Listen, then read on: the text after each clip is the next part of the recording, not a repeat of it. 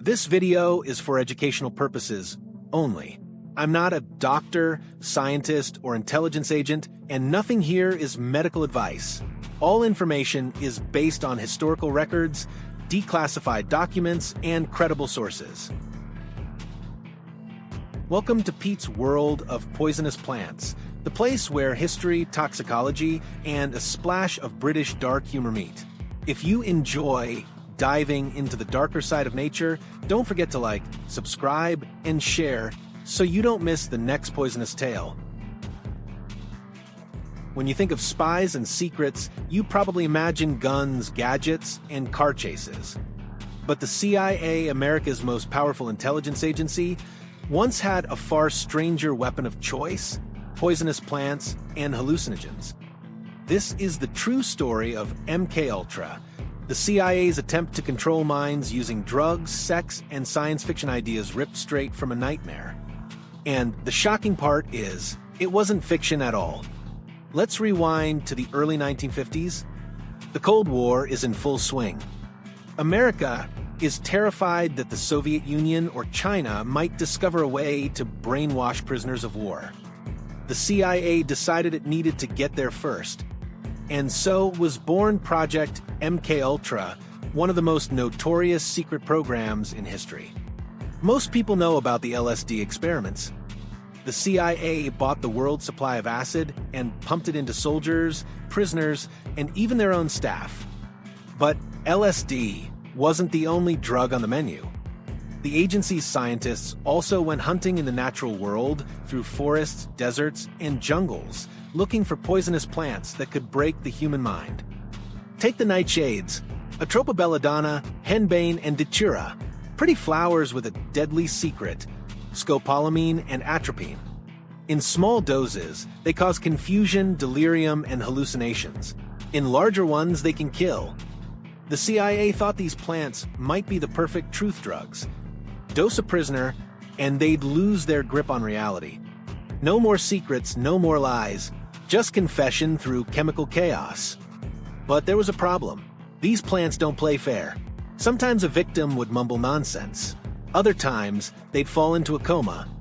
One CIA document described scopolamine as producing a peculiar twilight state where subjects couldn't tell reality from dreams. Truth drug? More like chemical Russian roulette. Then came peyote, the cactus used for centuries by Native American tribes. Peyote contains mescaline, a hallucinogen that sends the brain into vivid visions and time-warping experiences. The CIA studied it, wondering, could a shaman's sacred plant become a weapon of interrogation? Their conclusion: too unpredictable. A subject might confess, or they might believe they were a bird and try to fly out of a window. Ayahuasca, the Amazonian brew made from Banisteriopsis caapi and Psychotria viridis, also caught the agency's eye. Used by shamans to enter visionary states, ayahuasca contains dimethyltryptamine or DMT, sometimes called the spirit molecule.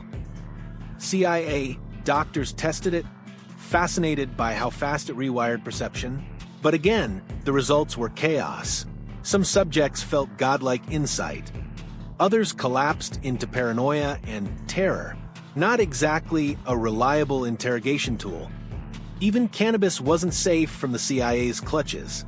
They dosed unwitting subjects with high-potency extracts, dubbing it loco weed in their files. The idea was to make prisoners too relaxed to resist questioning. The reality? Giggles, munchies, and a room full of agents shaking their heads. Hardly the weapon of mass control they dreamed of. But if the science wasn't shocking enough, the methods were even worse. In the 1950s, the CIA launched something called Operation Midnight Climax. In San Francisco and New York, the agency set up safe houses disguised as brothels. Sex workers on the CIA payroll lured men inside, slipped LSD or nightshade extracts into their drinks, and agents watched from behind one-way mirrors while the drugs took hold. Think about that for a moment. The world's most powerful spy agency literally spiked ordinary people and watched them trip just to see what would happen. No consent, no warnings, just human guinea pigs, sacrificed to the altar of paranoia. Some of those experiments had tragic results. Frank Olson, a CIA scientist, was secretly dosed with LSD at a retreat in 1953. Days later, he plunged from a hotel window in New York. Officially, it was suicide. But many believe Olson was silenced because he wanted to expose the program. To this day, his death remains one of MKUltra's darkest shadows. By the 1960s, word of the experiments began to leak. Whispers of drug soldiers, brainwashed patients, and poisoned civilians began to reach the press. Finally, in 1975, the U.S. Senate launched the Church Committee, a full investigation into CIA abuses. What they uncovered was shocking. Over 2 decades, the CIA had tested drugs on prisoners, psychiatric patients, soldiers, students, and ordinary Americans, often without consent. Files described everything from belladonna overdoses to cannabis experiments to LSD-fueled interrogations. MKUltra wasn't just unethical, it was illegal. The program was officially shut down. Many files were destroyed, but the damage was done. Hundreds, maybe thousands of lives were scarred forever. The survivors described paranoia, memory loss, and nightmares that never ended. And what did the CIA achieve with its poisonous plant experiments? Not mind control, not a truth drug, just chaos, trauma, and a legacy of mistrust that still lingers today. It's hard not to see the dark irony here. Plants that had been sacred to indigenous cultures for centuries, peyote, ayahuasca, cannabis, were twisted into tools of torture by a paranoid government. Meanwhile, deadly nightshades, feared for millennia, proved just as unreliable as they were dangerous. MKUltra was a failure, but it's a reminder of something bigger, that when science, fear, and power collide, ordinary people are often the ones who pay the price. So, the next time you see a flower of belladonna or hear about a mushroom trip, remember, once upon a time, the CIA thought these could rewire the human soul. Instead, they wrote one of the darkest, strangest chapters in modern history. Thanks for watching Pete's World of Poisonous Plants.